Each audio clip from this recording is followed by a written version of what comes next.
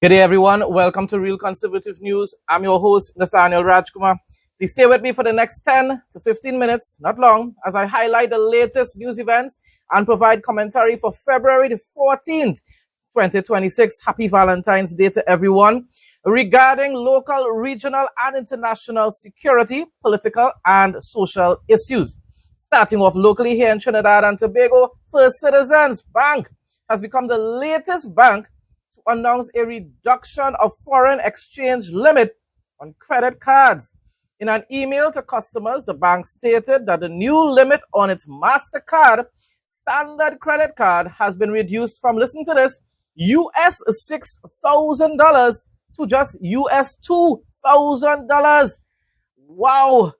How small businesses going to be able to operate now?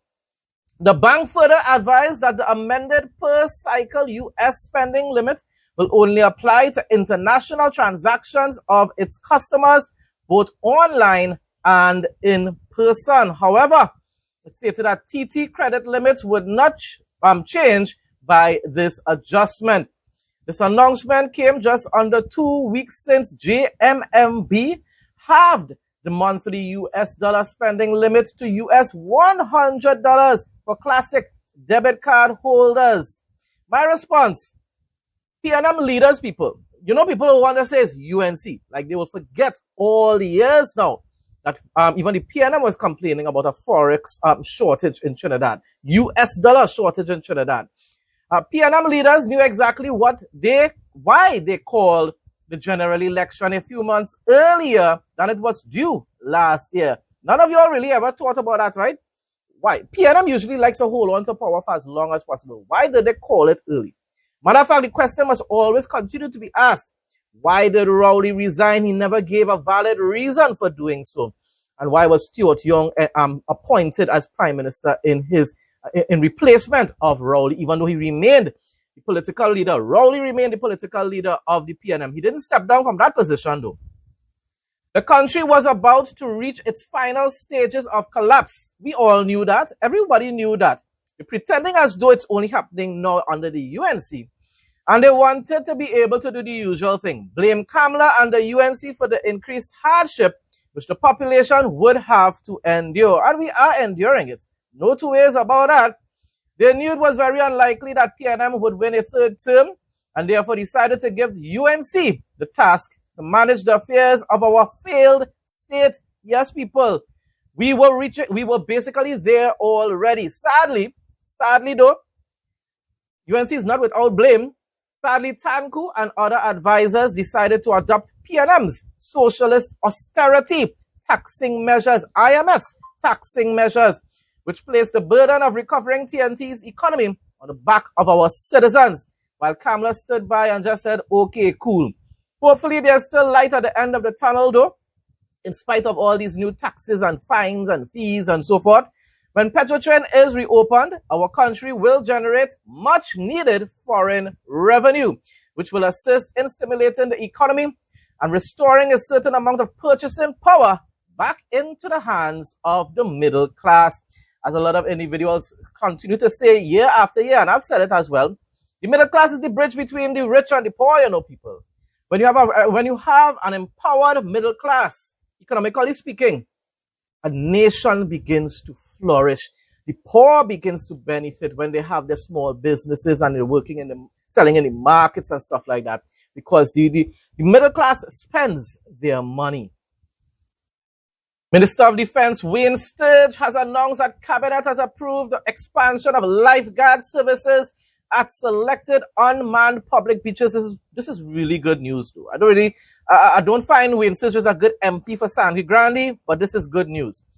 Speaking at a media conference on Carnival Friday, he said the expansion of lifeguard services was both necessary and timely, especially during the long Carnival weekend. He's 100% correct. A lot of people that don't want to go Carnival end up going to the beach to camp and so forth. Many people visit beaches, including those that have remained unmanned for many years.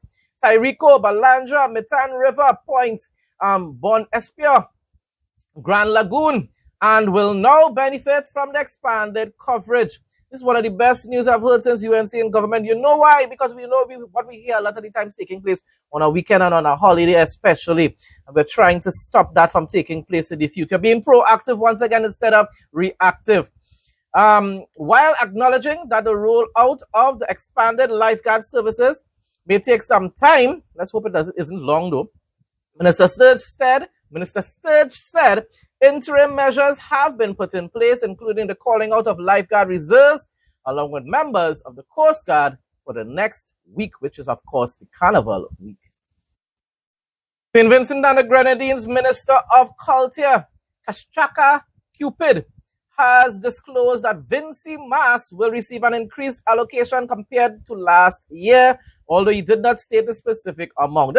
This new government is trying to revive the economy, and therefore they are willing to spend in a way that the former regime did not want to, something like how PNM does not like to spend money on the country.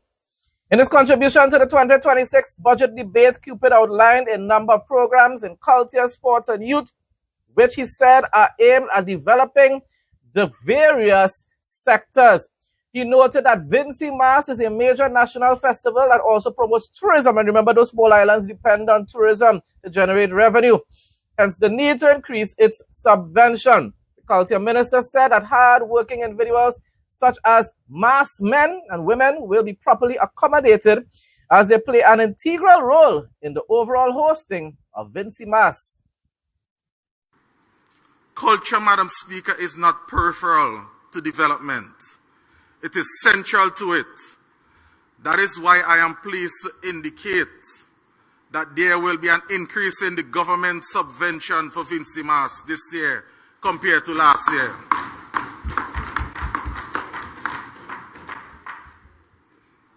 This increased allocation reflects our recognition that cultural expressions of events must be properly funded if they are to be properly sustained. Investment in Vinci Mas is an investment in our people.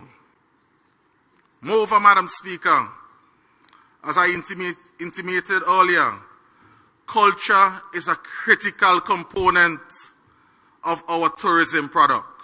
Guyana will soon become the first country within the Caribbean region capable of performing human leukocyte antigen testing, which marks a major milestone in organ transplantation. I'm telling you, they're leading the country, the Caribbean region, people.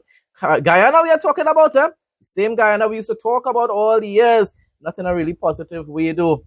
Minister of Health, Dr. Frank Anthony, told the Committee of Supply yesterday that there has been significant progress as it relates to the Guyana Human Organ and Tissue Transplant Agency. There will continue to be efforts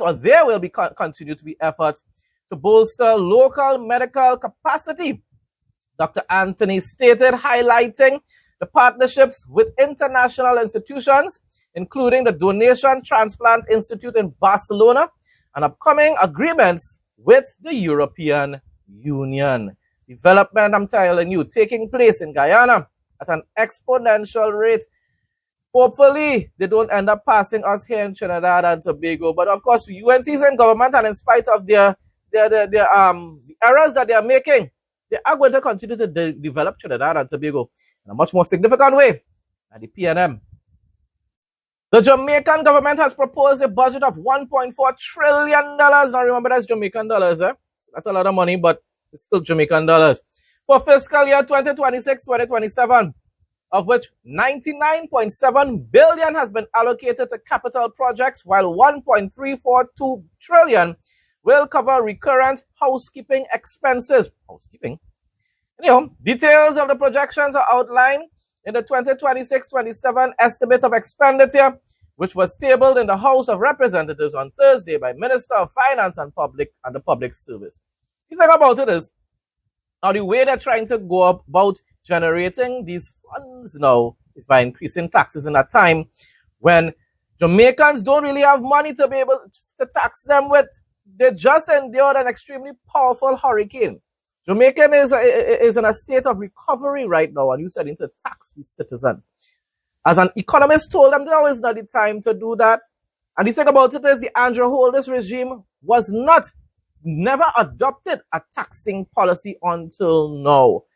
Please reconsider that decision. You need to revive the purchasing power of your citizens, and taxing them is not going to do that. All it's going to do is instead do the opposite. International news now. President Trump's most recent statement about Iran. He said, if they give us the right deal, we won't do that. You know what's that, right? But you know, historically, they haven't done that, which is make the right deal. Matter of fact, even though they say they will make the right, they will agree to something, a treaty or whatever, they don't end up upholding their part of the bargain.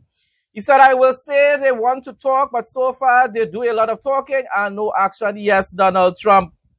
1 year now, Witkoff, your buddy, has been talking to them. No progress. Senator Lindsey Graham also said, if the Ayatollah is still standing when this is all over, it will be a disaster of general proportions. And he's 100% correct. Because once you make any deal with the Ayatollah, they will only pretend to abide by those rules to an extent. And then all of a sudden, within 6 months to a year, you'll be hearing that they're still sponsoring Hamas and Hezbollah and the Houthis. You will still be hearing that they're going behind everybody's backs, all those who will be inspecting and so forth, the different plants in their country.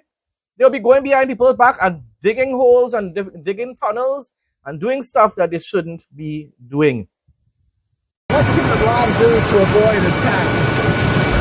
Give us the deal that they should have given us the first time. If they give us the right deal, we won't do that. But, you know, historically, they haven't done that. I will say they want to talk, but so far they do a lot of talking and no action. They've already started. Do you want regime change in Iran? Well, it seems like that would be the best thing that could happen. For 47 years, they've been talking and talking and talking. In the meantime, we've lost a lot of lives. Let's see what happens. In the meantime, we have tremendous power has arrived. And additional power, as you know, another carrier is going out shortly. So we'll see it how. If we could get it settled for once and for all, that would be good. Their economy is in tatters. They've been beaten pretty badly. They're as weak as they can be, but they're still dangerous. Compare that to doing nothing. So these are your choices. You either execute a plan using military capability of the United States with Israel, working with people on the ground to bring the Ayatollah's regime down, or you do nothing but have talked. If the Ayatollah is still standing, Cristiano, when this is all over, it will be a disaster of generational proportions. He stood down the West. He did it yet again. And all the people who were on the fence will slowly be rounded up and killed over the coming years in Iran. Closing off now with an interesting facts segment. A heartwarming story of rescue has captured the internet's heart, featuring a dog who found a new purpose in an unlikely place. After being heartbreakingly abandoned by his previous owners at a gas station, the scared animal was taken by the station's compassionate owner rather than being sent to a shelter. That's really nice. The owner didn't just provide food and water. He gave the dog a sense of belonging by hiring him. The viral images show the black dog proudly wearing a custom-made uniform, including a red and yellow baseball cap and an official employee ID badge hanging from his collar. How nice. Now, instead of waiting for a family that never returned, he spends his days at the station's beloved greeter and mascot, proving that sometimes the best co-workers have 4 legs and a wagging tail. I'm sure probably by now, it's very possible that his owners even heard about this story. Folks, that brings us to the end of today's news report. Thanks again to everyone who continues to support my content. Please like, comment, share, and subscribe. Stay blessed and stay safe most of all. In Jesus' name.